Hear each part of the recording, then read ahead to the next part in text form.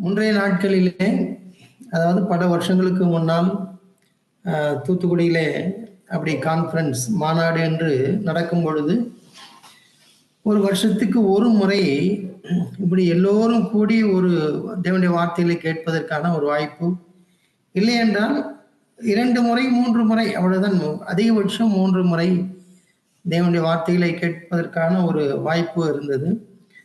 அந்த நாட்களில் மிகுந்த அவளோடு அந்த வார்த்தைகளை கேட்பதற்காக பல ஊர்களில் இருந்து தூத்துக்குடிக்கு வருவார்கள். இல்லை என்றால் பெங்களூரில் கான்ஃபரன்ஸ் நடக்கும், அங்கே நாம் போகும் பொழுது அதே தாகத்தோடு நாம் போவோம். சில நாட்கள் காரைக்குடி, மானாமதுரை இப்படியெல்லாம் அங்கங்கே கான்ஃபரன்ஸ் மாநாடு நடந்திருக்கிறது. நான் ஒருவேளை சராசரியாக அதிகபட்சம் நமக்கு 3 முறை இந்த மாதிரியான ஒரு வாய்ப்புகள், எல்லா கான்ஃபரன்ஸும் போய் அட்டன் பண்ணால் அந்த 2 நாட்கள் 3 நாட்கள். ஆனால் இன்றைய நாட்களிலே இது போன்ற வாய்ப்புகளும் நமக்கு ஏராளம் இருக்கிறது. அது காணாது என்று எந்த ஒரு செய்தியும் நீங்கள் யூடியூப்ல நாம் பார்க்க முடிகிறது. அநேக சகோதரர்கள் தேவனுடைய வார்த்தைகளை பகிர்ந்து கொள்கிறதை நாம் வார நாட்களிலேயும் நாம் கேட்டுக்கொண்டே இருக்கிறோம். ஒரு நாள் விடாமல் திங்கள், செவ்வாய், புதன் என்று கூட நாம் கேட்கலாம். ஒரு நாளைக்கு ஒரு மணி நேரத்தை ஒதுக்கி வைத்து நாம் கேட்க வேண்டால் அவ்வளவு செய்திகள் அங்கே கிடக்கிறது. நமக்கு ஒரு வாய்ப்பு இருக்கிறது. ஆனால் இவ்வாறாக நான் யோசித்தது உண்டு. தேவனுடைய வார்த்தை ஒரு வசனம் நம்மோடு பேசுமானாலும் நம்முடைய வாழ்க்கையை அது மாற்றிவிடும் என்றுதான் இருக்கிறது. ஒரு வசனம் தேவனுடைய வார்த்தை நம்மோடு இடைப்பட்டாலும் அது அவ்வளவாய் வலுவானது.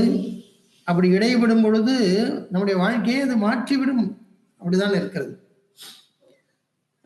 ஆனால் இப்போ உள்ள காலகட்டங்களிலே நாம் அதிகமாய் நாம் கேட்பதனாலே நாம் சில நேரங்களிலே பொதுவாக நடக்கிற கூடுகைகள் எல்லாம் ஜனங்களுடைய அபிப்பிராயம் எப்படி இருக்கிறது என்றால், தேவனுடைய வார்த்தைகளை அவர்கள் கேட்கிறார்கள். கேட்பது மாத்திரமல்ல, கேட்கும் பொழுதே அவர்கள் மற்றவர்களோடு இதை எவாலுவேட் பண்ணுகிறார்கள். எவாலுவேட் பண்ணிவிட்டு ஒருவேளை முடிந்த உடனே ஒரு வேலையை அப்ரிஷியேட் பண்ணலாம், இல்லை என்றால் ஒரு கமெண்ட் அடிக்கலாம். இந்த அளவுக்கு அது ஒரு நெகட்டிவ் கமெண்ட் எடுக்கும் என்று இல்லாவிட்டாலும் ஏதோ ஒன்றை அதை பற்றி சொல்லிவிட்டு போகிற காரியங்கள் அநேகம் இருக்கிறது. அப்படியெல்லாம் நாட்களும் மாதங்களும் வருஷங்களும் போனாலும் பெரிய அளவுக்கு மாறுதல் ஏற்படாத குடும்பங்களை, தனிப்பட்ட நபர்களையும் நாம் பார்க்கிறோம், நான் பார்க்கிறேன். வேத வசனம் நாம் திருப்பிக்கொள்ளும். ஏசாயா 55வது அதிகாரத்துல, ஏசாயா 55வது அதிகாரத்துல இங்கே நமக்கு அதிகமான ப்ராமிசஸ் உள்ள அந்த அதிகாரம். 8வது வசனத்திலே நமக்கு பரிச்சயமான என் நினைவுகள் உங்கள் நினைவுகள் அல்ல, உங்கள் வழிகள் என் வழிகளும் அல்லவென்று கர்த்தர் சொல்கிறார். அப்படி என்றால் நான் இப்படிதான் பார்க்கிறேன். ஒரு வாரத்திலே 3 முறை தேவனுடைய வார்த்தைகளை கேட்டுத்தான் மணந்துடுவது வேண்டும் என்ற அல்ல. என்னுடைய வழிகள் என்னுடைய நினைவுகள் உங்கள் நினைவுகள் அல்ல. தேவனுடைய வார்த்தை எப்படி இருக்கும் என்றால் 9வது வசனத்திலே, பூமியை பார்க்கிலும் வானங்கள் எப்படி உயர்ந்து இருக்கிறதோ அப்படியே உங்கள் வழிகளை பார்க்கலும் என் வழிகளும் உங்கள் நினைவுகளை பார்க்கலும் என் நினைவுகளும் உயர்ந்து இருக்கிறது. அதன் பின்பாக சொல்லுகிறார், மாரியும் உறைந்த மழையும் வானத்திலிருந்து இறங்கி அவ்விடத்திற்கு திரும்பாமல் பூமியை நனைத்து அதில் முளை கிளம்பி விளையும்படி செய்து விதைக்கிறவனுக்கு விதையையும் புசிக்கிறவனுக்கு ஆகாரத்தையும் கொடுக்கிறது எப்படியோ. அப்படின்னா ஒரு விவசாயத்தை பற்றி அழகாய் சொல்லி அது எவ்வளவு உண்மையா இருக்கிறதோ அப்படியே என் வாயிலிருந்து புறப்படும் வசனமும் இருக்கும். அது வெறுமையாய் என்னிடத்திற்கு திரும்பாமல் அது நான் விரும்புகிறதை செய்து நான் அதை அனுப்பின காரியமாகும்படி வாய்க்கும் என்று இருக்கிறது. அப்படியானால் சகோதர சகோதரிகளே, ஒரு தேவனுடைய வார்த்தை தேவனுடைய வாயிலிருந்து புறப்படுகிறதை நாம் அதை அப்படியே அது என்னை கிரியை செய்வதற்கு நான் விட்டு தேவனுடைய கிரியை அது நடப்பிக்கப்படும் என்றால், அந்த ஒரு வசனமே அது எனக்குள்ளாக ஒரு பெரிய மாற்றத்தையும் ஒரு கிரியையும் செய்ய முடியும். ஏனென்றால் வேத வசனத்தில் அதிலே குறைவில்லை. அவர் தேவன் என்ன நினைக்கிறாரோ, என்ன செய்யணும் என்று நினைக்கிறாரோ, அதிலே ஒரு குறைவும் இருக்காது என்பதுதான் உண்மை. அதே போல இன்னொரு வசனத்தையும் நான் எடுத்துக்கொள்வோம். எரேமியா புத்தகம் 23வது அதிகாரமும் அவர் சொல்கிறார், 29வது வசனத்திலே, என் வார்த்தை அக்னியை போலும் கண்மலையை நொறுக்கும் சம்மட்டியை போலும் இருக்கிறது அல்லவோ என்று கர்த்தர் சொல்கிறார். என் வார்த்தை அக்னியை போலும் கண்மலையை நொறுக்கும் சம்மட்டியை போலும். அப்படி என்றால் ஒரு வார்த்தை, தேவனுடைய வார்த்தைகள் என்னை அது அக்னியை போல புறம்பட்டு விடும். இல்லை என்றால் என்னுடைய இருதயம் கடினமாக இருந்தாலும் அது சம்மட்டியை போல அது நொறுக்கும் என்று இருக்கிறது. அப்படி என்றால் தேவனுடைய வார்த்தைக்கு அது வல்லமை இல்லாமல் இல்லை. அது அது அது அனுப்பின காரியமாய் வாய்க்கத்தான் செய்யும். அப்படியெல்லாம் இருக்கும் பொழுது ஏன் நம்முடைய வாழ்க்கையில ஒரு பெரிய மாற்றம் தேவனுடைய வார்த்தையில் நம்மால் ஊடுருவி அது ஒரு பெரிய மாற்றத்தை உண்டாக்குறது இல்லை? அதுதான் நான் யோசித்து பார்க்க ஆரம்பித்தேன். அதாவது தேவனுடைய வார்த்தைகளிலே குறைவில்லை, ஆனால் பெற்றுக்கொள்கிற என்னிடத்திலே தான் நினைக்கிறது. அதை நான் பெற்றுக்கொள்கிற விதமும் அதை ஏற்றுக்கொள்கிற விதமும் தான் அதிலே முக்கியமாக இருக்கிறது. இல்லை, பழைய ஒரு பைபிள் காலேஜில் அதை முடித்துவிட்டு அந்த கடைசி வருஷம், ஒருவேளை 4 ஆண்டுகள் வேத கலாசாலையில் படித்துவிட்டு வருகிறவர்களாக இருந்தாலும் சரி, இல்லை என்றால் 5 ஆண்டுகள் இருக்கிறவர்களானாலும் சரி, அதை முடித்துவிட்டு அந்த கான்வொகேஷன், அதற்கு பட்டமளிப்பு விழா நடக்கின்ற அந்த நாள் விசேஷித்தமான ஒரு நாள். அந்த நாளில் அநேகர் மெடல் தன்னுடைய படிப்பிலே, தன்னுடைய ப்ராஜெக்டில் அவருடைய ரிப்போர்ட் எல்லாம் பார்த்து பல விதமான தலைப்புகளிலே அவர்களுக்கு விருதுகள் வழங்கும் அந்த நாளிலே அதனுடைய ஃபவுண்டர் எனக்கு நான் அவருடைய வார்த்தைகளை நான் ஃபாலோ பண்ணியிருக்கிறேன். அவர் என்னுடைய நினைவுக்கு வருகிறபடி, இல்லைன்னா நான் அறிந்திருக்கிறபடி, அவர் ஒரு தேவனுடைய மனுஷன், அவர் அருமையான ஒரு மனுஷன். அவர் அந்த கான்வொகேஷன்ல அவர் பேசும்பொழுது அவர் இவ்வாறு சொல்லுவார், இன்றைக்கு உங்களுடைய மெடல்கள் எல்லாம் என்னிடத்துல காட்டாதிருங்கள். நீங்கள் வாங்கின மெடல்கள், இல்லை என்றால் நீங்கள் பெற்றுக்கொண்ட பட்டங்கள், இவைகளை நீங்கள் எனக்கு காண்பிக்க வேண்டாம். நீங்கள் இன்றையிலிருந்து 20 ஆண்டுகள், இல்லை என்றால் 30 ஆண்டுகள் கழித்து உங்களுடைய வாழ்க்கையை எனக்கு காட்டுங்கள், அப்பொழுது நான் உங்களை நம்புகிறேன் என்று சொல்வாராம். நீங்கள் 20 ஆண்டுகள் 10 ஆண்டுகள் நீங்கள் ஊழியத்திற்கு சென்று உங்களுடைய வாழ்க்கையை, அதன் பின்பாக உங்களுடைய வாழ்க்கையை எனக்கு காட்டுங்கள், அப்பொழுது நான் உங்களை அப்ரிஷியேட் பண்ண முடியும் என்று சொல்வார். நான் அந்த வார்த்தையை பார்த்தேன். அது உண்மையிலேயே அது நமக்கு பிரயோஜனமான ஒரு வார்த்தை. ஏனென்றால்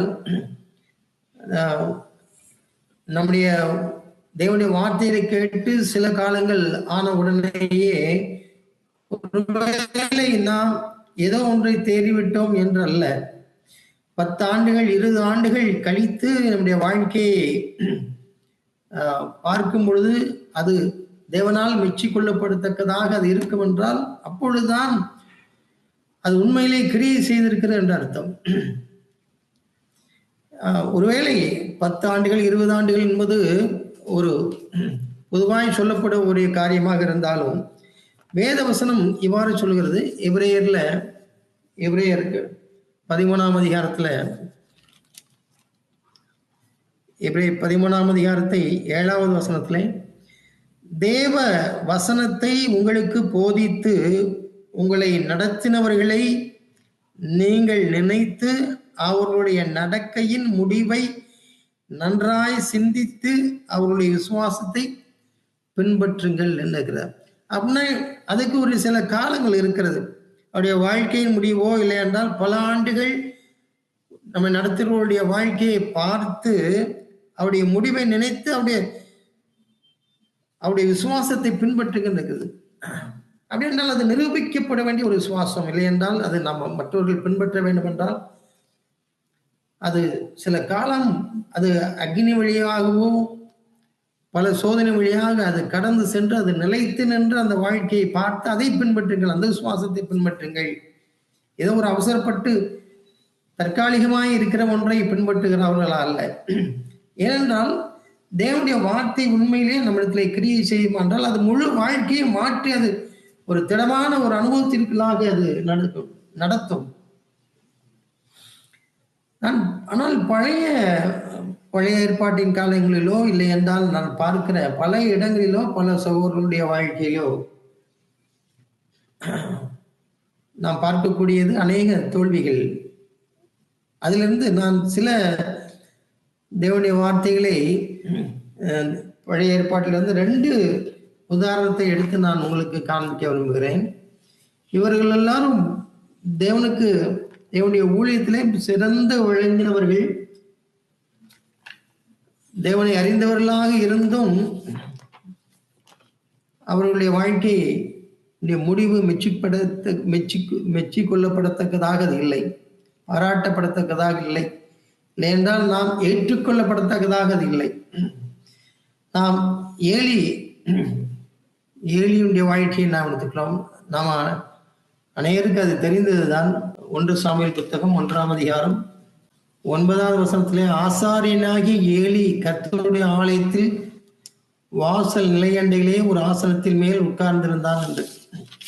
அந்த ஏலி என்கிற அந்த அருமையான மகன், இல்லை என்றால் அவர் ஒரு அனுபவமிக்க ஒரு ஆசாரியன், தேவாலயத்திலேயே இருக்கிற ஒரு மனுஷன், தேவாலயத்திலேயே இருந்து ஆசாரிய பணிவிடை செய்கிறவனாய் தன்னை அர்ப்பணித்துக் கொண்ட ஒரு மனுஷனாய் இருந்தார்.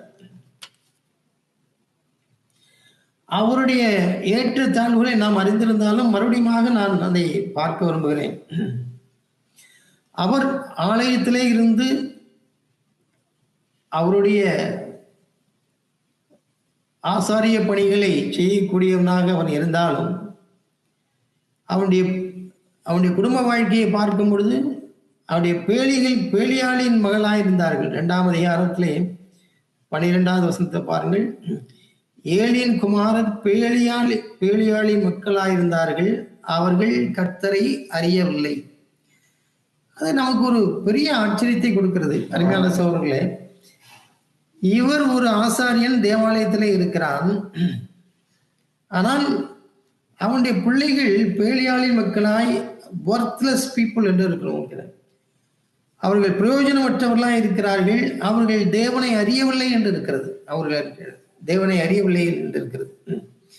இப்பேற்பட்ட ஒரு சூழ்நிலையிலே இவர்கள் தேவனை அறியாதவர்கள் மாத்திரமல்ல, இவருடைய காரியங்கள் எல்லாம் தாறுமாறாய் இருக்கிறது. அவருடைய நடவடிக்கை எல்லாம் ஏற்றுக்கொள்ளப்படத்தக்கதா இல்லை. 2ஆம் அதிகாரம் 16வது வசனத்துல அவருடைய பலவந்தம் பண்ணி தேவனுக்கு ஜனங்கள் ஏற்றுக்கொள்ளாத விதத்திலே அவருக்கு கடுமையாய் நடந்து கொண்டார்கள் பார்க்கிறோம். இப்ப 17வது வசனத்துல, ஆதலால் அந்த வாலிபரின் பாவம் கர்த்தருடைய சந்ததி மிகவும் பெரிதாய் இருந்தது, மனுஷர் கர்த்தரின் காணிக்கையை வெறுப்பாய் எண்ணினார்கள். அப்ப இவர்களுடைய நடவடிக்கையினாலே தேவனுடைய ஆலயத்திற்கு வருவதையே ஜனங்கள் விட்டார்கள், வெறுத்து விட்டார்கள். ஆசாரிய ஊழியம் செய்கிறவர்கள் இவர்கள் எல்லாரும் எந்த குடும்பத்திலே அவர்கள் வளர்ந்தார்கள், எப்படிப்பட்ட சூழ்நிலையிலே அவர்கள் தன்னுடைய தகப்பனாலே அவர்கள் வளர்க்கப்பட்டார்கள் என்பதெல்லாம் நமக்கு மிகுந்த ஒரு ஆச்சரியத்தையும் வருத்தத்தையும் கொடுக்கிறது. இப்ப பாருங்க, தேவன் இதுல இடைபடுகிறாரா இல்லை அவரோடு பேசுகிறாரா என்றெல்லாம் பார்க்கும் பொழுது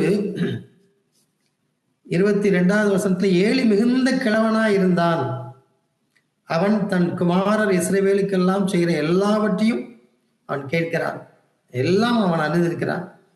வயது வயது கூடிக்கொண்டே போகிறது, ஆனால் பிள்ளைகள் என்ன செய்கிறார் என்றெல்லாம் அவன் செவிவழியாக கேட்டுக்கொண்டுதான் இருக்கிறான். ஒருவேளை 23வது வசனத்திலிருந்து பார்ப்போம் என்றால், அவள் ஏதோ தன்னுடைய பிள்ளைகளுக்கு சொல்ல வேண்டிய பொத்தம் பொதுவான ஒரு புத்திமதியை போல, என் குமாரரே வேண்டாம், இந்த செய்தி நல்லதல்ல என்றெல்லாம் அவர் சொல்லுவதாக அதில் இருக்கிறது 24வது வசனத்தில் எல்லாம். ஆனால் விளைவு என்னவென்றால், அவர்கள் தங்கள் தகப்பன் சொல்லை கேளாமற் போனார்கள், அவர்கள் கேட்கவில்லை. எனது காரியம் முத்திவிட்டது. இப்ப பாருங்க, அதற்கு அப்புறமும் நாம் 27வது வசனத்துல பார்ப்போம் என்றால், இந்த ஏலியோடு பேசும்படி தேவன் ஒரு மனுஷனை அனுப்புகிறார். தேவ மனுஷன் இருக்கிற தேவனுடைய மனுஷன் ஒருவன் ஏலியிடத்தில் வந்து இருக்கிறது. அப்படி என்றால் இவரோடு, இந்த ஏலியோடு பேசுவதற்காக இன்னொரு சந்தர்ப்பம் கொடுக்கிறார் ஒருவர் மூலமாக. அந்த மனுஷன் யார் என்று தெரியவில்லை, அவன் ஒரு தேவனுடைய மனுஷன் என்று மாத்திரம் இருக்கிறது. அப்பொழுது அவன் வந்து சொல்கிறான், டைரக்டாக உன்னுடைய பிள்ளைகள் என்றெல்லாம் இல்லாமல் அவன் இவரையே அட்டாக் பண்ணுகிறார், ஏலியே அட்டாக் பண்ணுகிறார். அதை நாம் 29வது வசனத்தை பார்க்கிறோம். என் வாசஸ்தலத்திலே செலுத்தும்படி நான் கட்டளையிட்ட என் பலியையும் என் காணிக்கையும் நீங்கள் உதைப்பானேன். அப்போ இவரும் சேர்ந்துதான் அது செய்கிறது போல சொல்லுகிறார். மகன்கள் மாத்திரமல்ல, நீங்கள் உதைப்பானேன் என்று சொல்கிறார். என் ஜனமாகிய இஸ்ரவேலின் காணிக்கைகள் எல்லாம் பிரதானமானவர்களை கொண்டு உங்களை கொழுக்க பண்ணும்படி நீ என்னை பார்க்கலும் உன் குமாரரை மதிப்பானேன் என்கிறார்.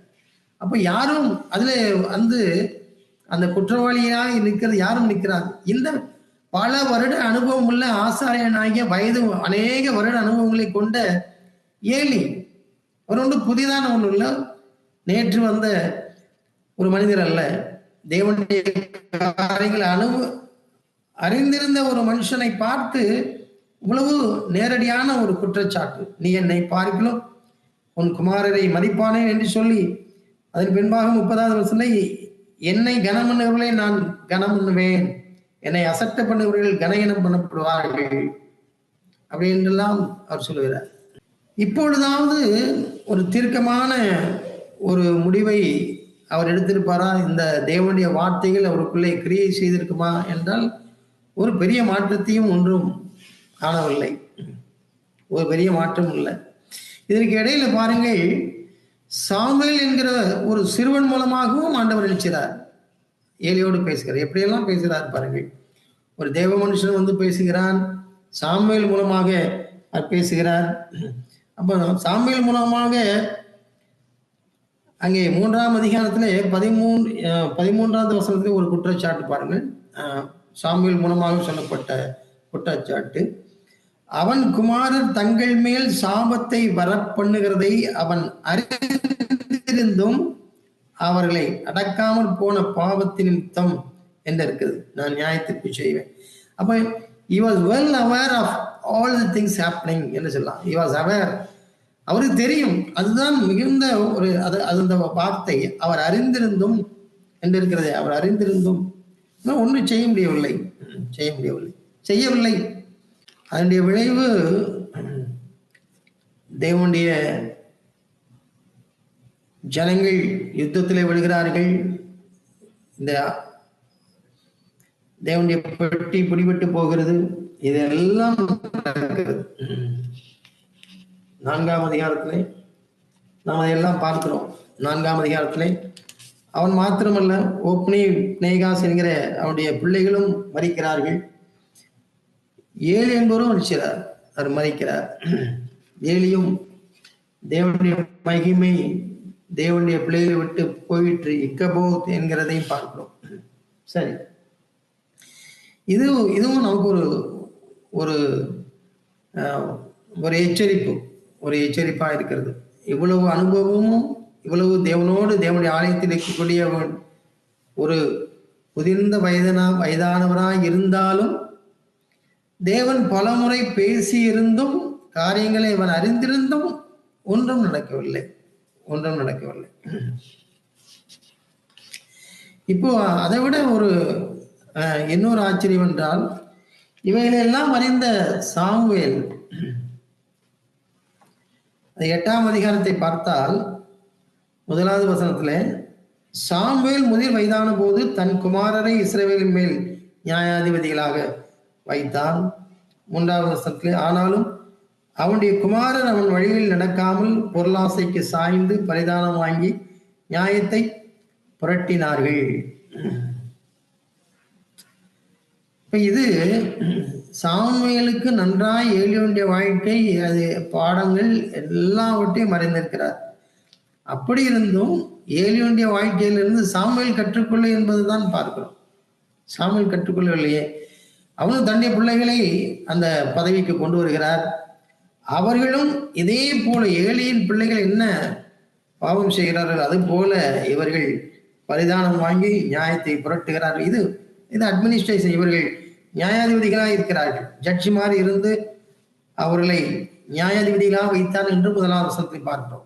இவர்கள் ஆசாரியனா இல்லை, நியாயாதிபதிகளாக இருந்து அதிலே லஞ்சத்தை வாங்கி பரிதானத்தை வாங்கி அதை கேட்டார் போல தீர்ப்புகளை வழங்கி தேவன் ஏற்றுக்கொள்ளாத ஒன்றை செய்தார்கள். ஜனங்களும் என்ன செய்யவில்லை, ஏற்றுக்கொள்ளவில்லை. எப்படி ஏலியின் பிள்ளைகளுக்காக ஏலியிடத்தில் ஜனங்கள் பேசினார்களோ அதே போல இங்கே சாமுவேல் இடத்துல வந்து பேசுகிறார்கள். இதுதான் சாமுவேல் இடத்துல 5வது வசனத்திலே, நீர் முதல் வயதுள்ளவரானீர், உம்முடைய குமாரர் உம்முடைய வழிகளில் நடக்கவில்லை, ஆகையால் சகல ஜாதிக்குள்ளும் இருக்கிறபடி எங்களை நியாயம் விசாரிக்கிறதுக்கு ஒரு ராஜாவை ஏற்படுத்த வேண்டும் என்கிறார். பாருங்க, அந்த 1வது ஏழையுடைய பிள்ளைகள் நடந்து கொண்ட விதத்துல ஜனங்கள் ஆலயத்துக்கு வருவதை விட்டார்கள், வெறுத்து விட்டார்கள். பலி செலுத்துவதையோ ஆலயத்துக்கு வருவதையோ வெறுத்து விட்டார்கள். அந்த அளவுக்கு அது அவருக்கு கொடுமையா இருந்தது. இப்போ சாமுவேல் வரும்பொழுது நியாயாதிபதிகள் இதுவரைக்கும் இருந்த நியாயம் தீர்த்து ஜனங்களை நடத்தி கொண்டு போன அந்த முறையையே அவர்கள் ஏற்றுக்கொள்ள மறுத்து விட்டார்கள். இதெல்லாம் இந்த 2 விஷயங்களுமே ஒரு பெரிய மாற்றம் என்று சொல்லலாம். இது ஒரு சாதாரண ஏதோ ஒரு மாற்றம் அல்ல. ஒட்டுமொத்த இஸ்ரவேல் ஜனங்களும் எங்களுக்கு இது வேண்டாம், இந்த முறை வேண்டாம், எங்களுக்கு ராஜா வேண்டும் என்று சொல்கிறார்களே, அதெல்லாம் ஒரு சமுதாயத்துக்கே ஏற்பட்ட ஒரு கேடு என்று சொல்லலாம். அதை விளைவித்தது யார் என்றால் அனுபவம் வாய்ந்த தேவனுடைய மனுஷனுடைய பிள்ளைகள். இதுதான் இதில் நாம் பார்க்க வேண்டும். இல்லை, எங்கே தவறு நடக்கிறது, எங்கே இது நடக்கிறது? இப்ப பாருங்க, அதன் பின்பாக ஆண்டவர் அவரோடு பேசும் பொழுது, சரி, இப்ப நம்ம 7வது வசனத்தை பார்க்கிறோம். அப்பொழுது கர்த்தர் சாமுவேலை நோக்கி, ஜனங்கள் உன்னத்தில் சொல்வது எல்லாவற்றிலும் அவர்கள் சொல்லை கேள், அவர்கள் உன்னை தள்ளவில்லை, நான் அவர்களை ஆளாதபடிக்கு என்னைத்தான் தள்ளினார்கள் என்றெல்லாம் இருக்கிறது. அப்படியே நாம் பார்ப்போம் என்றால், அப்போ ஆண்டவர் சொல்கிறார், ஒரு ராஜா உங்களுக்கு நான் கொடுக்கிறேன், ஆனா ராஜா வந்தால் என்னென்ன நடக்கும் என்று சொல்லி அப்படியே பட்டியலிட்டு சொல்கிறார். ஒவ்வொன்றாய் சொல்கிறார். உன்னுடைய பிள்ளைகளே அவனுக்கென்று எடுத்துக்கொள்வான், சோல்ஜராக வைத்துக் கொள்வான், வீட்டுக்கு வேலைக்கு வைத்துக் கொள்வான், உன்னுடைய குமாரத்திகளை பரிமளம் செய்கிறவர்களாக, சமையல் பண்ணுகிறவர்களாக, அப்பம் சுடுகிறவர்களாக அவன் மாற்றி விடுவான் என்றெல்லாம் என்னெல்லாமோ சொல்லி பார்க்கிறார்கள். உங்களுடைய விவசாயத்திலிருந்தும் பொருட்களை எடுத்துக்கொள்வான் ராஜா, நீங்கள் வரி கட்ட வேண்டியிருக்கு, எவ்வளவு அவனுடைய நெகட்டிவ் பாயிண்ட்ஸ் இருக்குமோ எல்லாம் சொன்னாலும் 19ஆம் வசனத்துல ஜனங்கள் சாமுவேலின் சொல்லை கேட்க மனதில்லை, ஏலியின் சொல்லை கேட்க மனதில்லாதது போல ஜனங்கள் சாமுவேலின் சொல்லையும் கேட்க மனதில்லை. அப்போ அவ்வளவுக்கு, அந்த அளவிற்கு இவனுடைய பிள்ளையுடைய கொடுமை இருந்திருக்கிறது என்றுதான் நான் பார்த்தேன். அருமையான சகோதர சகோதரிகளே, இப்ப பாருங்க, பின்பாக நாம் பார்க்கும் பொழுது சாமுவேல் தொடர்ந்து அந்த ஊழியத்தை செய்து கொண்டுதான் இருக்கிறார். சாமுவேல் தொடர்ந்து ஊழியம் செய்கிறார். ஆஹ் ஒருவேளை சாமுவேல் முழுமையாய் தன்னுடைய காரியங்களை அவர் சரி பண்ணி கொண்டாரா, இல்லை என்றால் அவருடைய பிள்ளைகளிலிருந்து தன்னை விடுவித்துக் கொண்டாரா என்பது அதுல ஏலிக்கும் சாமுவேலுக்கும் கொஞ்சம் வித்தியாசம் இருக்கிறது. 12ஆம் அதிகாரத்திலே இப்பொழுது சாமுவேலும் வயது சென்றவராய் இருக்கிறார். 2வது வசனத்திலே, இப்பொழுதும் இதோ ராஜாவானவர் உங்களுக்கு முன்பாக சஞ்சரித்து வருகிறார், நானும் கிழவனும் நரைத்தோனுமானேன், என் குமாரர் உங்களோடு இருக்கிறார்கள். அது ஆங்கிலத்தில் அப்படிதான் இருக்கிறாரு, my sons R with you, அதாவது உங்களோடு இருக்கிறார்கள். இப்ப எனக்கு என்ன இதிலிருந்து நான் என்ன அறிந்து கொண்டேன் என்றால், என் பிள்ளைகள்லாம் இருக்கிறாங்க. நீங்க அவரை பற்றி நிறைய குற்றச்சாட்டு சொன்னீங்களே, அவர்கள் உண்மையற்றவர்கள், பரிதானம் வாங்கினவர்கள், எல்லாரும் அவர்கள் இங்கே இருக்கிறார்கள். ஆனால் அவரை வைத்துக்கொண்டே நான் கேட்கிறேன், நான் யாருடைய எருதையை எடுத்துக்கொண்டேனா, யாருடைய கழுதையை எடுத்துக்கொண்டேனா, யாருக்காவது அநியாயம் செய்தானா? அப்போ ஒருவேளை சாமுவேல் தன்னை அதிலிருந்து விடுவித்துக் கொள்கிறார். என் பிள்ளைகள் கெட்டு போனார்கள், ஆனால் நான் அப்படி அல்ல, நான் ஏதாவது உங்களுக்கு அநியாயம் செய்தேனா, நான் லஞ்சம் வாங்கினேனா என்றெல்லாம் கேட்கிறார் ஜனங்கள். அவருக்கு ஒரு நல்ல சர்டிபிகேட் கொடுக்குறாங்க, நீர் எங்களுக்கு அநியாயம் செய்யவில்லை, எங்களுக்கு எடுக்கணும் செய்யவில்லை. ஆனால் இப்பேற்பட்ட ஒரு தேவனுடைய மனிதனுடைய வாழ்க்கையில அவருடைய பிள்ளைகளை, அவருடைய வாழ்க்கை சீரழிந்து போய்விட்டதே. அதன் பின்பாக அவருடைய 2 பிள்ளைகள், அபியா, யோவேல் என்கிற 2 பிள்ளைகள், இவர்களுடைய வாழ்க்கையில இவர்கள் எப்படி நாட்கள் அவருடைய குடும்பம் எப்படி இருந்தது? இப்போ சாமுவேல் நன்றாய்த்தான் இருக்கிறார். அவர் பார்த்த ஊர்வராக போகிறார், ஊழியம் செய்கிறார், தேவனுக்கு தாவீதை அபிஷேகம் பண்ணுகிறார், சவுலை நிராகரிக்கும் பொழுதும் ஆண்டவர் அவரோடு பேசுகிறார். இதெல்லாம் நடந்து கொண்டே இருக்கிறது. ஆனால் இவருடைய பிள்ளைகளுடைய குடும்பத்துல எப்படி என்ன நடந்தது என்று பார்த்தால், அவருடைய மகன் பிள்ளை யோவேலுடைய மகன், அதாவது சாமுவேலுக்கு பேரன், அவர் பெயர் ஏமான். அவரை பற்றி நாம் 1 நாளாகமத்துல பார்க்கலாம். 1 நாளாகமம் 6வது அதிகாரம் பாருங்கள். 1 நாளாகமம் 6வது அதிகாரத்துல 33வது வசனத்துல, கோகாத்தியரின் குமாரரில் ஏமான் என்னும் பாடகன், இவன் யோவேலின் குமாரன், இவன் சாமுவேலின் குமாரன், இவன் எல்கானாவின் குமாரன். அப்போ எல்கானாவுடைய மகன் சாமுவேல், சாமுவேலுடைய மகன் யோவேல், யோவேலுடைய மகன் ஏமான். இந்த ஏமானுடைய சிறு வயது வாழ்க்கை அவனுடைய தகப்பனாகிய யோவேல் கீழாக அவ்வளவு நிலையற்றதாகவும் சமாதானம் இல்லாததாகவும் இருந்திருக்க வேண்டும். ஆகவே இவன் கர்த்தருக்கு பயந்து பின் நாட்களில் இவனும் இவனுடைய கசின்ஸ், இவனுடைய சகோதரர்கள், இவர்கள் எல்லோருமே தேவனுக்கென்று உண்மையாய் வாழ்ந்த மக்களாய் மாறிவிட்டார்கள். இதை எப்படி நாம் அறிந்து கொள்கிறோம்? சங்கீதம் 88 இவர் எழுதுகிறார். இந்த ஏமான் தான், அதாவது சாமுவேலுடைய பேரன் தான் சங்கீதம் 88 எழுதுகிறார். அதுல முன்னுரையில இருக்குது ஏமானின் சங்கீதம், போதக சங்கீதம் ஒன்று இருக்கிறது. இந்த முழு அதிகாரம் பார்த்தீங்கன்னா எத்தனையோ சங்கீதங்கள் இருக்குது. இந்த சங்கீதம் முழுவதும் தேவனை புகழ்ந்து பாடக்கூடிய சங்கீதங்களாக, தேவனை ஆராதிப்பதாக, உயர்த்தி காண்பிக்கிறதாக இருக்கக்கூடிய சங்கீதங்களாக இருக்கும். இல்லை என்றால் ஜெப விண்ணப்பங்களை ஏறெடுக்கக்கூடிய சங்கீதங்களாக இருக்கும். ஆனால் இந்த சங்கீதம் மட்டும் மிகுந்த நொந்து போய் எழுதின ஒரு சங்கீதம்.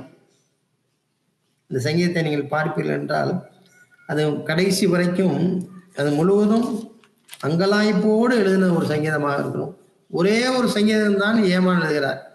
அவர் ஒரு சிறந்த பாடகன், சிறந்த இசைக்கறி வாசிக்கக்கூடியவன், ஒரு பெரிய கொயரை, புதிய சாலமோனுடைய ஆலயத்திலே அவர்கள் இந்த கொயர் மாஸ்டர் தான் இந்த ஏமான்.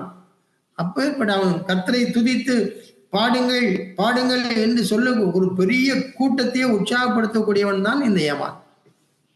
இந்த ஆராதனையில் வழிநடத்தக்கூடிய ஏமான். ஆனால் அவன் பண்ணுகிற அவனுடைய வாழ்க்கையில் பாதிக்கப்பட்ட ஒரு விஷயம் அந்த ஒரே சங்கீதம் தான். 3வது வசனத்துல, என் ஆத்துமா துக்கத்தால் நிறைந்திருக்கிறது, என் ஜீவன் பாதாளத்திற்கு சமீபமாய் வந்திருக்கிறது.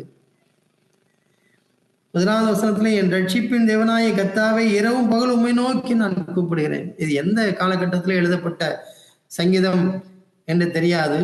ஆனால் மிகுந்த ஒரு டிப்ரெஷன்ல, ஒரு தாழ்வாய், ஒருவேளை நான் அந்த சங்கீதத்தை பார்க்கும் பொழுது அவனுடைய குடும்ப சூழல், ஒருவேளை அவனை வளர்ந்த நேரத்திலே அவன் தகப்பனை பார்த்திருப்பான், அவனுடைய அநியாயமான காரியங்களை பார்த்திருப்பான், தாத்தாவுடைய வாழ்க்கையை பார்த்திருப்பான், தன்னுடைய தகப்பனாலே தன்னுடைய குடும்பத்துக்கு ஏற்பட்ட ஒரு பெரிய அவப்பெயர், அது மாத்திரமல்ல தேவனுக்கு விரோதமான காரியங்கள், ஜனங்கள் இவர்களால் சீரழிந்து போன காரியங்கள் எல்லாவற்றையும் ஒருவேளை சிறுவனாகவே வளர்ந்து தன்னுடைய தகப்பனுடைய நடவடிக்கையில பார்த்து மிகவும் நொந்து போய் ஒருவேளை மற்றவர்கள் ஜனங்கள் எல்லாரும் இவரை பழித்திருப்பார்கள்.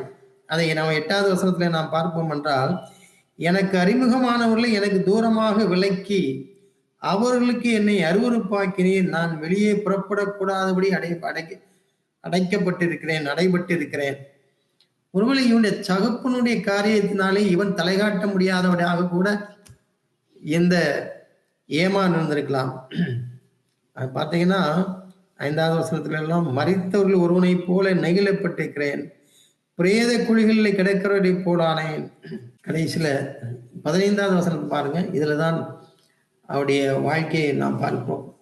சிறு வயது முதல் நான் சிறுமைப்பட்டவனும் மாண்டு போகிறவனுமாய் இருக்கிறேன். சின்ன வயசுல இருந்தே நான் இதைத்தான் அனுபவித்துக் கொண்டிருக்கிறேன். அப்ப அதை வைத்துதான் நம்முடைய குடும்ப சூழலில் அப்படியாய் மாறினது இவருடைய தகப்பனால், யோவேலினால். இங்கே அருமையான சகோதர சகோதரிகளே, நம்முடைய இப்படி இந்த 2 உதாரணங்களையும் வைத்து பார்க்கும் பொழுது நம்முடைய வாழ்க்கையிலேயும் நாம் சீரியஸாக கவனமாக நம்முடைய வாழ்க்கையின் ஒவ்வொரு பகுதியும் அது தேவனுடைய வார்த்தைகள் என்னிடத்திலே கிரியை செய்யும்படி நான் ஒப்பு கொடுத்து அதிலே நான் நடக்காவிட்டால் நான் இப்படி போன்ற நிகழ்வுகளுக்கு நான் ஒன்றும் தூரமானவன் அல்ல.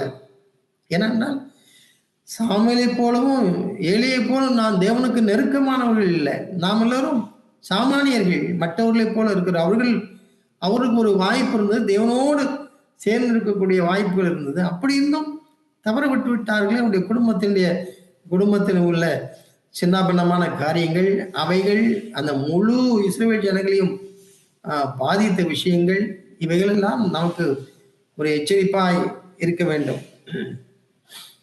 ஏதாவது ஒன்றை நாம் அறிந்து கொண்டோம் என்பதற்காக அல்ல. ஒருவேளை நான் அந்த பைபிள் காலேஜில் உள்ள இதை பற்றி நான் சொல்லும் பொழுது, பைபிள் காலேஜில் இப்படி நாம யாரும் பைபிள் காலேஜுக்கு போறதும் இல்லை, பைபிள் காலேஜில் வரவர்களை நாம் ஏற்றுக்கொள்வதும் இல்லை. ஆனால் ஒன்றை நாம் பார்த்துக்கிறோம், இப்பொழுது நாம் ஏதோ ஒன்றை நாம் தேறினவர்கள், அதாவது அவர்கள் படித்து 4 வருடம் படித்து அவர்கள் பட்டத்தை பெறுகிறார்கள். இப்போ நாம் ஒருவேளை சில ஆண்டு காலம் தேவனுடைய சபையில இருந்து ஒரு நன்மதிப்பை பெற்ற உடனே நமக்கு சபையில ஒரு சில பொறுப்புகள், ஒருவேளை மூப்பராகவோ இல்லை என்றால் ஒரு சபையில உதவிக்காரராகவோ இல்லை என்றால் சண்டே ஸ்கூல் நடத்துகிறவராகவோ வாலிபர் கூட்டத்தை நடத்துகிறவராகவோ என்னெல்லாம் பொறுப்புகள் நமக்கு கொடுக்கப்படும் பொழுது நான் அவர் சொன்னதே தான் நான் மறுபடியும் சொல்ல விரும்புகிறேன். இன்னும் ஒரு 5 ஆண்டுகள் 10 ஆண்டுகள் கழித்து நீங்கள் வாருங்கள், அப்பொழுது உங்களுடைய நற்சாட்சியை பற்றி நான் பார்க்கட்டும் என்று சவால் விடுகிறேன். ஏனென்றால் அப்படி ஒரு அபாயம் இருக்க போய் தான் அந்த கல்லூரியுடைய முதல்வர் அப்படி சொன்னார். இப்பொழுது எல்லாம் பட்டங்கள் இருக்கிறது, விருதுகள் இருக்கிறது, உங்களுடைய சாதனைகள் எல்லாம் இருக்கிறது, அதெல்லாம் எனக்கு தெரியும். போய்விட்டு வாருங்கள், ஒரு 10 வருடம் கழித்து நான் உங்களை பார்க்கிறேன், உங்களுடைய ஊழியம் எப்படி இருக்கிறது, உங்களுடைய வாழ்க்கை எப்படி இருக்கிறது. அருமையான சகோதர சகோதரிகளே, நாம் அப்படியாய் நாம் தேவனுடைய வார்த்தைகளுக்கு பயந்து கீழ்ப்படியக்கூடியவர்களாய் நாம் மாற வேண்டும்.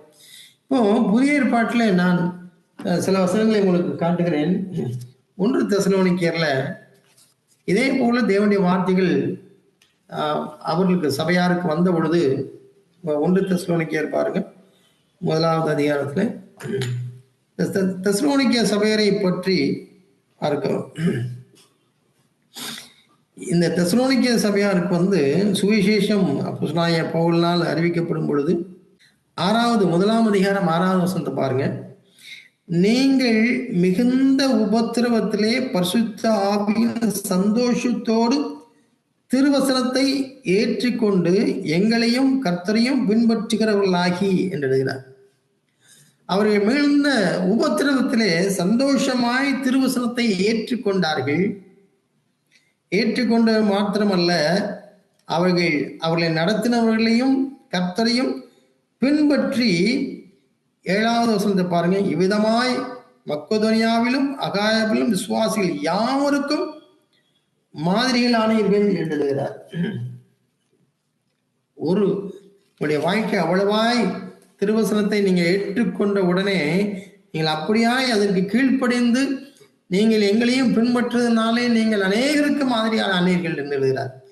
13வது வசனத்தை பாருங்க. அதை எப்படி ஏற்றுக்கொண்டார் என்று பாருங்க. அதை மறுபடியும் அதை விளக்கி சொல்கிறார்.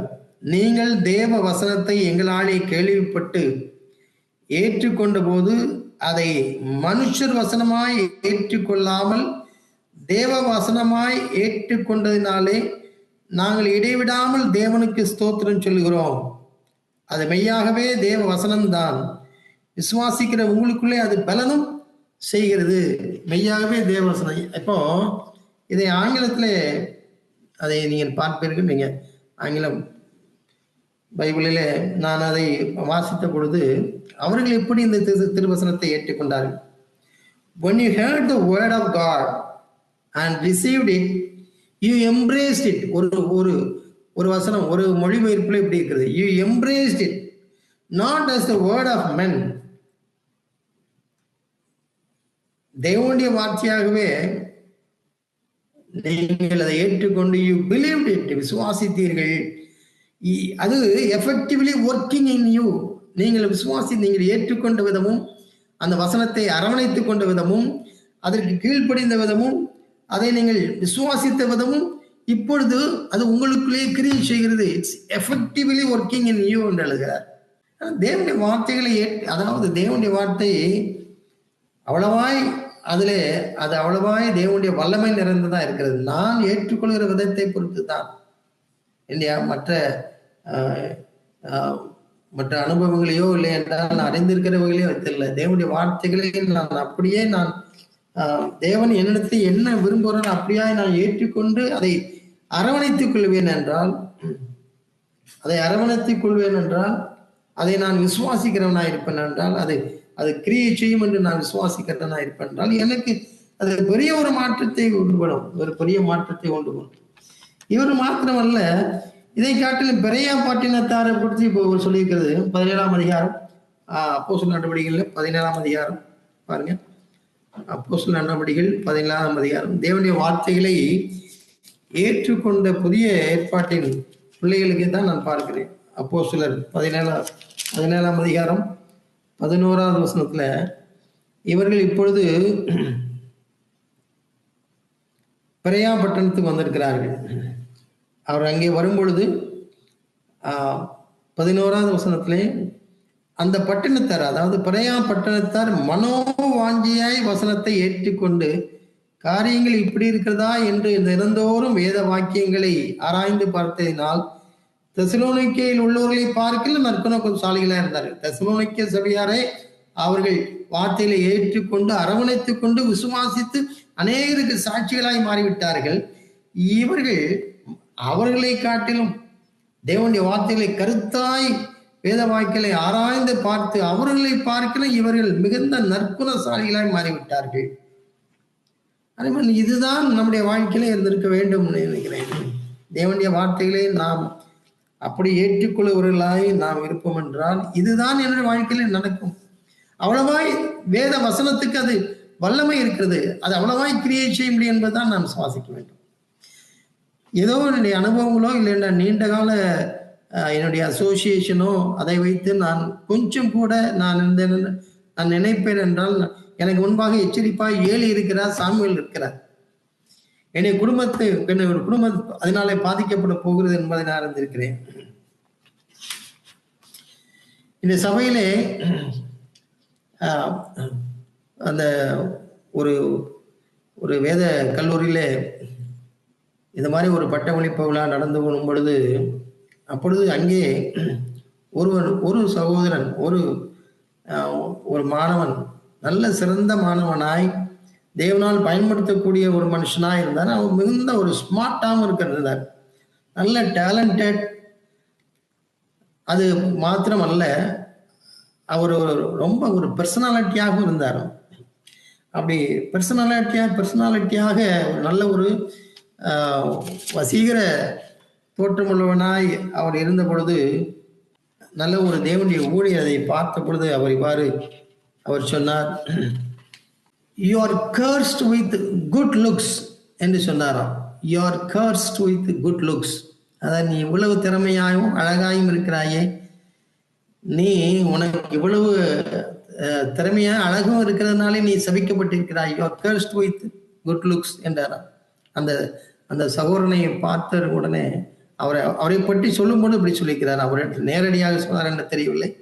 அவரை பற்றி அவர் சொல்லும் பொழுது, அவர் நல்ல ஒரு மாணவன், நல்ல ஒரு சிறந்த மாணவன், but he is cursed with good looks also. எவ்வளவு அந்த மாணவனை பார்த்து அந்த சொன்னவர் எவ்வளவாய் நிதானித்திருக்க வேண்டும். இந்த ஒரு அருமையான ஒரு சகோதரனுடைய வாழ்க்கை உடைய வசீகரமான தோற்றத்தினாலேயே அது கிடப்போகிறது என்பதை அதற்கு முன்கூட்டியே பார்த்து ஒரு எச்சரிக்கக்கூடிய ஒரு சகோதரன். எப்பொழுதுமே ஒரு மரத்தை அளக்க வேண்டுமென்றால் அது கீழே விழுந்த பின்புதான் விஷயம் நன்றாக அளக்க முடியும். A tree is measured best when it is down என்று சொல்வார்கள். அது நேரம் இருக்கும்பொழுது அதை அளக்க முடியாது. ஆனால் it is measured best when it is down.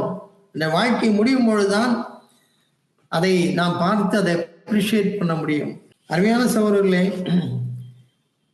நீங்கள் நானும் தேவனுடைய வார்த்தையை வாசிக்கும் பொழுதெல்லாம் அது அவ்வளவாய் நம்முடைய வாழ்க்கையில இடைப்படுகிறதாய் மாறிவிட்டென்றால் நாம் பத்திரமாய் பாதுகாக்கப்பட்டிருக்கிறோம் என்றுதான் அர்த்தம். மற்றபடி நமக்கு சில வார்த்தைகள், நம்ம டெக்னிக்கலா சொல்ல வேண்டுமால் சில ப்ரொஃபஷனுக்கு என்று சில ஜார்கான் இருக்கிறது, அவர்கள் பேசக்கூடிய மொழி இருக்கிறது. அதே போல நாம் சில மொழிகளை பேசி ஏற்றுக்கொள்ளப்பட்டவர்களாக நாம் மாறிக்கொள்ளலாம் ஒழிய, தேவனுடைய வார்த்தைகளுக்கு உண்மையிலேயே என்னுடைய வாழ்க்கை இடைப்பட்டிருக்குமா என்றால் அது எனக்கு தான் தெரியும். இல்லை என்றால் என்னுடைய வாழ்க்கையின் பல வருடங்களுக்கு பின்பு என்னை பார்க்கிறவர்கள் அதன் பின்பாக என்னுடைய மனைவி அதை குறித்து சாட்சி சொல்ல முடியும், என்னுடைய பிள்ளைகள் அதை குறித்து சாட்சி சொல்ல முடியும், காலங்கள் அதை குறித்து சாட்சி சொல்லும். காலங்கள் இப்ப பாருங்க சகோதரர்களே, தேவனுடைய வார்த்தையிலே ஒவ்வொரு பிள்ளைகளும் அதை இப்ப சபையிலே அதை வாசித்து விட்டு அது தங்களோடு இடைபெறுகிற விதத்தை அவர்கள் பகிர்ந்து கொள்ளும்போது எனக்கு சில நேரங்களில் மிகுந்த ஆச்சரியமாயும் அது மிகுந்த பிரயோஜனமாயும் நான் ஏற்றுக்கிறேன். பிள்ளைகள் எல்லாம் அருமையான இளைய சகோதரர்கள் எல்லாம் அவர்கள் தேவனுடைய வார்த்தைகளை கற்றுக்கொள்கிற விதத்தை நான் பார்த்து நான் ஆச்சரியப்படுவேன். ஒரு வசனம் நான் ஆசீர்வதிக்கப்பட்டதை நான் 2 இடப்பகுதியை நான் உங்களுக்கு காட்டுகிறேன். யாக்கோபு, அதாவது ஆதியாகமம் புத்தகத்துல 34வது அதிகாரத்துல ஒரு சகோதரன் இவ்வாறு பகிர்ந்து கொண்டார். ஒரு இளைய சகோதரன் சபையில ஆதியாகமம் 34வது அதிகாரத்துல, லேயாள் யாக்கோபுக்கு பெற்ற குமாரத்தியாகிய தீனால் தேசத்து பெண்களை பார்க்க புறப்பட்டாள் என்று இருக்கிறது. பாருங்க, புதுசா ஒரு இடத்திற்கு வந்தங்க, ஒரு கியூரியாசிட்டியில ஜனங்களை, தேசத்து பெண்களை பார்க்க புறப்பட்டால், ஆனால் அவனுடைய விளைவு அவள் ஆண்களாலே தீட்டுப்பட்டு அவள் திரும்பி வந்தாள் என்பதுதான் என்னுடைய முடிவு. இப்ப இதை வாசித்து விட்டு அவர் சொல்கிறார், நான் ஒரு ஆர்வ கோளாறுல பலவற்றை நான் அறிந்து கொள்ள வேண்டும் என்று நான் நினைக்கிறேன். நான் யூடியூப்லயோ ஏதோ நான் பார்க்க உள்ள போகிறேன். போய்விட்டு அதை முடிவிலே நான் வரும்பொழுது நான் வேற ஏதோ ஒன்றினாலே தீட்டுப்பட்டு நான் வந்து விடுகிறேனே என்று எனக்கு இந்த வசனத்தின் மூலம் நான் அறிந்து கொண்டேன் என்று சொன்னார்.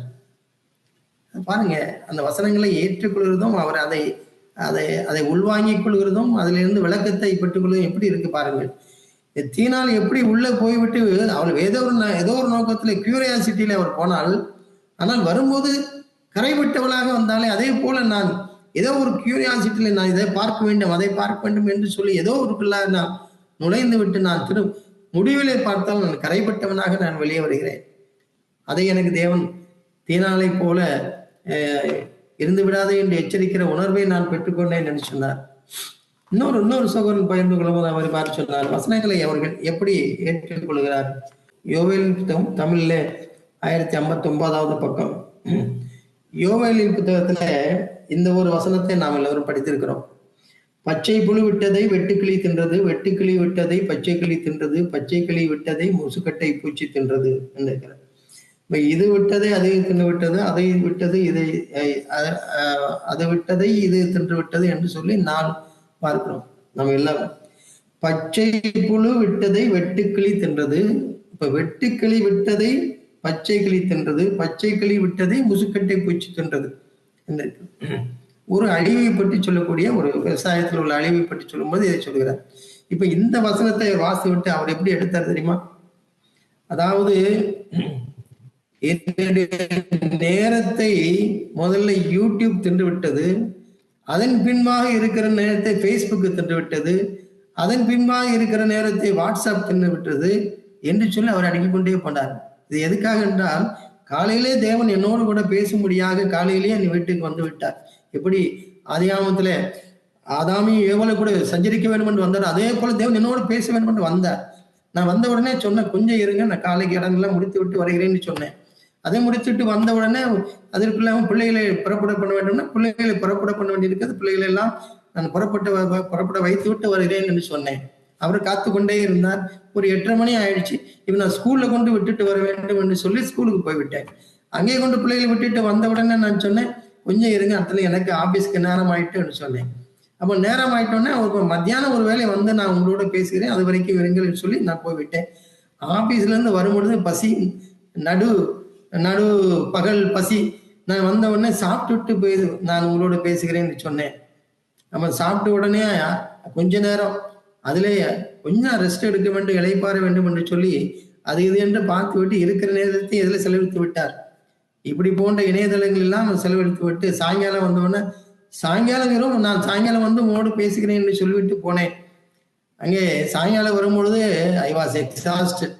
நான் களைப்போடு வந்தோன்னு, ஆண்டவரே இப்பதான் களைப்போடு வந்திருக்கிறேன் சொல்லி இப்படி என்னுடைய நேரங்கள் எல்லாம் ஒன்று நான் இரவு பொழுதுல ஏதோ ஒன்றை சொல்லுவதற்காக சொல்லிவிட்டு நாளை காலையில உங்களை சந்திக்கிறேன் என்று சொல்லிவிட்டு என்னை முழு நாளையும் கலைத்து விட்டேன் என்ற அந்த அனுபவத்துக்கு இந்த வசனத்தை எடுத்தவர் சொன்னார்.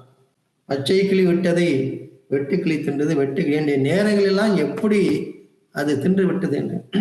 அப்போ பல வருஷங்கள் ஆனாலும் இந்த வசனத்தை வாசித்த உடனே ஒவ்வொரு சகோதரனுக்கும் என்ன உணர்வடைகிறது? ஆண்டவரே, இனி இந்த ஒரு வசனத்தின் மூலம் இது எங்களை சம்மட்டியை போல நொறுக்குகிறது. அது பேசிக்கொண்டே இருக்கும். அப்ப தீனாளுடைய காரியங்களை பார்த்தோம். ஆண்டவரே, தீனால் போனது போல அது வெறும் எனக்கு ஒரு அதிகாரமா இருக்காது.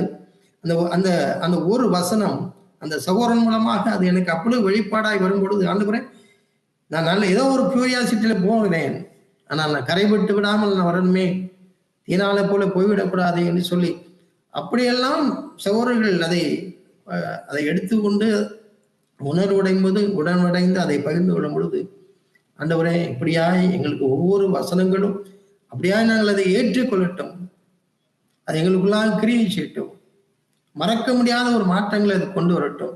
ஆண்டவர், நாங்கள் வேற ஏதோ ஒரு தோற்றங்களினாலோ இல்லை என்றால் நான் கற்றுக்கொண்ட ஒரு அமைப்பு ரீதியான காரியங்கள்னாலோ நான் திருப்தி அடைந்து விடாதபடி எங்களை எச்சரிப்பாக இருக்கிற ஏலியையும் சாமுவேலுடைய பிள்ளைகளையும் பற்றி நாங்கள் அறிந்திருக்கிறவர்களை நான் பரிந்து, ஆண்டவரே, என்னுடைய குடும்பத்தை, என்னுடைய வாழ்க்கையை, என்னுடைய பிள்ளைகளுடைய வாழ்க்கையை நாங்கள் பாதுகாப்பதற்கு எங்களுக்கு கிருபை தாரும்.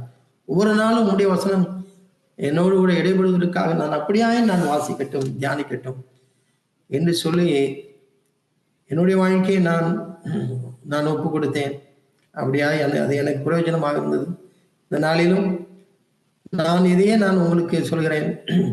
எபிரேயர் 8ஆம் அதிகாரம் 4ஆம் அதிகாரம் 12ஆம் வசனம் என்று நினைக்கிறேன். எபிரேயர் 4ஆம் அதிகாரம் 12ஆம் வசனத்திலே நமக்கு 12ஆம் வசனத்திலே தேவனுடைய வார்த்தையானது ஜீவனும் வல்லமையும் உள்ளதாயும் இருபுறமும் கருக்குள்ள எந்த பட்டயத்திலும் கருக்கானதாயும் ஆத்மாவையும் ஆவியையும் கணுக்களையும் ஊனையும் பிரிக்கத்தக்கதாக உருவ குத்துகிறதாயும் இருதயத்தின் நினைவுகளையும் யோசனைகளையும் வகையறுக்கிறதாயும் இருக்கிறது. இவ்வளவு காரியங்கள் தேவனுடைய வார்த்தைகளை, தேவனுடைய வார்த்தை ஒரு வசனம் எனக்கு இவ்வளவாய் என்னோடு கூட இடைவிட முடியும். அதுக்கு அவ்வளவு ஜீவன் நிறைந்த ஒரு வார்த்தையா இருக்கிறது. அதுக்கு அவ்வளவு வளமை உள்ளதா இருக்கிறது. நான் அதற்கு என்னை ஒப்பு கொடுக்க வேண்டும். இப்படி சகோதரர்கள் எல்லாம் ஒரு இளைய சகோதரர்கள் இப்படி வசனத்தை தியானித்து சொல்லும் பொழுது எனக்கு அவ்வளவாய் நான் உணர்வடைந்தேன். நான் அவ்வளவா ஆசீர்வதிக்கப்பட்டேன். தேவன் அப்பேற்பட்ட கிருபையை, தேவனுடைய வார்த்தைகளை அப்படியே தெசலோனிக்கேயர்கள் ஏற்றுக்கொண்டது போல ஏற்றுக்கொண்டு மனோவாஞ்சியாய் தியானிக்கவும் அதை நான் எம்ப்ரேஸ் பண்ணிக்கொள்ளவும் தேவன் நமக்கு உதவிச்சுவாராக. ஆமென். எங்கள் தகப்பனே, அருமையான நாளுக்காக நன்றி. உங்களுடைய வார்த்தைகள் எங்களோடு கூட இடைப்பட்டதற்காக நன்றி சுவாமி. ஆண்டவரே, எங்களுடைய வாழ்க்கை என்பது ஏதோ ஒன்றை நாங்கள் பற்றி கொண்டு நாங்கள் வாழ்கிறவர்கள் ஆண்டவரே, நிரூபிக்கப்பட்ட ஜீவனுள்ள சாட்சிகளாக நாங்கள் மாறிவிட எங்களுக்கு உதவி செய்யும். நீர் எங்களுக்கு கொடுத்திருக்கிற ஒவ்வொரு வார்த்தைகளும் அவ்வளவு விலையேறப்பட்டது சுவாமி. அந்த விலையேறப்பட்ட வார்த்தைகள் எங்களோடு இடப்படட்டும். என்னுடைய வாழ்க்கை நிரூபிக்கப்பட்டதா இருக்கட்டும் சுவாமி. அது புடமிடப்பட்டதா இருக்கட்டும். அது நிலைத்து நிற்கக்கூடியதா இருக்கட்டும் ஆண்டவரே. எப்படி தெசலோனிக்கேயர் சபையை பார்த்து நீ அப்போஸ்தலனாகிய பவுல் சொன்னாரோ, எப்படி பெரேயா பட்டணத்தை பற்றி அப்போஸ்தலனாகிய பவுல் சொன்னாரோ, அது போல ஆண்டவரே எங்களுடைய வாழ்க்கை பிரியமான ஒரு வாழ்க்கையாய் இந்த சந்ததியில எங்களுடைய குடும்பத்திற்கும் எங்களுடைய சபைக்கும் எங்களுடைய வாழ்க்கையில குறுக்கிடுகிற ஒவ்வொருவருக்கும் அப்படியாய் மாறுவதற்கு ஆண்டவரே எங்களுக்கு உதவி செய்யும். அருமையான இந்த கூடியிருக்கிற ஒவ்வொருக்கும் அப்படியாக உதவி செய்யணும் நாங்கள் ஜெபிக்கிறோம். ஒரு வசனம் எங்களோடு இடைப்பட்டால் போதும் ஆண்டவரே, அது எங்களுடைய வாழ்க்கையில் அவ்வளவாய் பெரிய மாற்றங்களை வர பண்ணுமே. அப்படியா எங்களை ஒப்பு கொடுக்க உதவி செய்யும் சுவாமி. உடைய வார்த்தைகள் கொண்டு வருகிற, பேசுகிற, இல்லையென்றால் நாங்கள் ஆண்டவரை வாசிக்கிற, நாங்கள் பார்க்கிற செய்திகள் எல்லாவற்றிலும் உடைய வார்த்தை என்னுடைய இருதயத்தை ஊடுருவி பாயறதா இருக்கட்டும். அது ஒரு மாற்றங்களை கொண்டு வருவதா இருக்கட்டும். அப்படியா எங்களுக்கு பரிசுத்த ஆவியானவர் எங்களுக்கு உதவி செய்கிற தேவன். நீர் ஆண்டவரே எங்களுக்கு வாக்குத்தத்தங்களை ஆண்டவரே ஏசாயாவில் நாங்கள் பார்த்தோம். ஆண்டவரே எங்களுக்கு வாக்குத்தத்தங்களை நீர் கொடுத்திருக்கிறீர் ஆண்டவரே. ஆண்டவரே, அந்த 55வது அதிகாரத்தில் உள்ள வாக்குத்தத்தங்கள் எங்களுக்கு சொந்தமாகட்டும் ஆண்டவரே. எங்களுடைய நினைவுகள் உங்களுடைய நினைவுகள் அல்ல ஆண்டவரே. என்னுடைய வாழ்க்கையிலே நீர் செய்யக்கூடிய காரியங்கள் அவைகள் அசாதாரணமானவைகள். அதை நாங்கள் விசுவாசிக்கட்டும். இந்த வார்த்தைகள் மீது அப்படியா நாங்கள் விசுவாசிக்கட்டும். இயேசுவின் நாமத்தில் கேட்கிறோம் ஜீவனுள்ள நல்ல பிதாவே. ஆமென்.